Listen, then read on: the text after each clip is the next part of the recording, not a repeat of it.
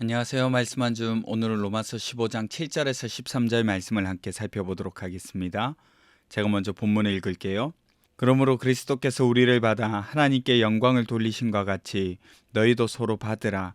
내가 말하노니 그리스도께서 하나님의 진실하심을 위하여 할례의 추종자가 되셨으니 이는 조상들에게 주신 약속들을 견고하게 하시고 이방인들도 그 긍휼하심으로 말미암아 하나님께 영광을 돌리게 하려 하심이라. 기록된 바 그러므로 내가 열방 중에서 주께 감사하고 주의 이름을 찬송하리로다 함과 같으니라. 또 이르되 열방들아 주의 백성과 함께 즐거워하라 하였으며 또 모든 열방들아 주를 찬양하며 모든 백성들아 그를 찬송하라 하였으며 또 이사야가 이르되 이새의 뿌리 곧 열방을 다스리기 위하여 일어나시는 이가 있으리니 열방이 그에게 소망을 두리라 하였느니라. 소망의 하나님이 모든 기쁨과 평강을 믿음 안에서 너희에게 충만하게 하사 성령의 능력으로 소망이 넘치게 하시기를 원하노라. 아멘.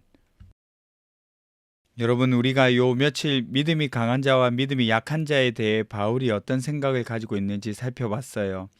그리고 14장부터 시작된 권면이었는데 판단하지 마라. 걸림돌을 놓지 말고 강한 자가 약한 자의 짐을 나누어져야 한다. 이런 내용들로 살펴봤죠. 이제 이 모든 이야기의 결론이 바로 오늘 우리가 함께 읽는 본문입니다. 바울은 어떤 결론을 내리고 있습니까? 7절을 한번 보세요. 그러므로 그리스도께서 우리를 받아 하나님께 영광을 돌리심과 같이 너희도 서로 받으라. 여기서 중요한 단어가 뭘까요? 받으라입니다. 14장에서 설명드렸는데 기억나실지 모르겠어요. 단순히 허락하라는 뜻이 아니라 가까이 끌어안고 환대하라고 했죠. 오는 것을 환영하는 것이라고 그렇게 말씀드렸었어요. 여기에는 중요한 기준이 있습니다. 바울에게 있어 늘 기준이 되는 것은 그리스도죠. 그래서 바울은 그리스도께서 우리를 받아주신 것처럼 서로를 받으라 이렇게 말을 하고 있습니다. 그러면 우리는 어떤 상황에서 그리스도께 받아들여졌는지가 중요하겠죠. 어떻게 받아들여졌습니까? 있는 모습 그대로 받아들여졌죠. 우리 믿음이 강하거나 우리가 내세울 것이 있어서 받아들여진 것이 아니잖아요. 연약하고 부족하고 모난 모습들, 아직 정리되지 않은 이 미성숙한 우리 모습 있는 그대로 주님께서 받아주셨잖아요. 그러니까 바울이 말하는 공동체의 기준은 우리가 저 사람을 받을 만한가가 아니라 그리스도께서 저 사람을 받으셨는가가 되는 거예요. 굉장히 중요한 기준입니다. 우리의 모든 기준은 그리스도가 되는 거예요. 8절을 보세요. 새한글 성경이 좀 더 직관적으로 알게 해줘서 제가 새한글 성경으로 읽어볼게요. 내가 말합니다. 그리스도께서 할례 받은 사람이 되셔서 섬기신 것은 하나님의 참되심을 보이기 위해서였습니다. 곧 조상들에게 하신 여러 약속을 확인해 주시려는 것이었습니다. 그리스도께서 할례 받은 사람, 곧 유대인이 되셔서 섬기셨다는 거죠. 왜요? 하나님의 약속이 참됐다는 것을 보여주기 위해서 말이죠. 그리고 동시에 9절에서는 이방인들도 그 긍휼하심으로 하나님께 영광을 돌리게 하려는 것이라고 말하고 있어요. 그러니까 예수 그리스도 안에서 유대인과 이방인은 따로 있지 않아요. 한쪽은 약속 때문에, 다른 한쪽은 긍휼 때문에 부르심을 받았지만 결국에는 같은 주님, 같은 은혜, 같은 구원 안에 서 있는 사람들이 된 겁니다. 그래서 바울은 구약 성경을 계속 말하는 거예요. 열방들아, 이방인을 뜻하는 거거든요. 주님께 감사하고 주의 이름을 찬송하리로다. 열방들아, 주의 백성과 함께 즐거워하라. 열방들아, 주를 찬양하라. 열방들아, 그에게 소망을 둘 거다. 지금 그러니까 바울이 말하고 있는 시대뿐 아니라 이미 모세 때부터 다윗 때, 또 이사야 때부터 하나님이 하나님의 약속의 백성들과 더불어서 온 나라가 함께 즐거워하고 찬송하는 날, 소망이 있는 날을 주신다고 생각하고 있었던 겁니다. 그래서 마지막 13절에서 바울은 이렇게 고백하잖아요.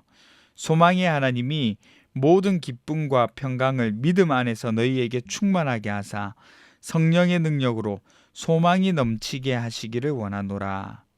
오래전부터 소망을 약속하셨던 그 하나님이 너희 누구입니까?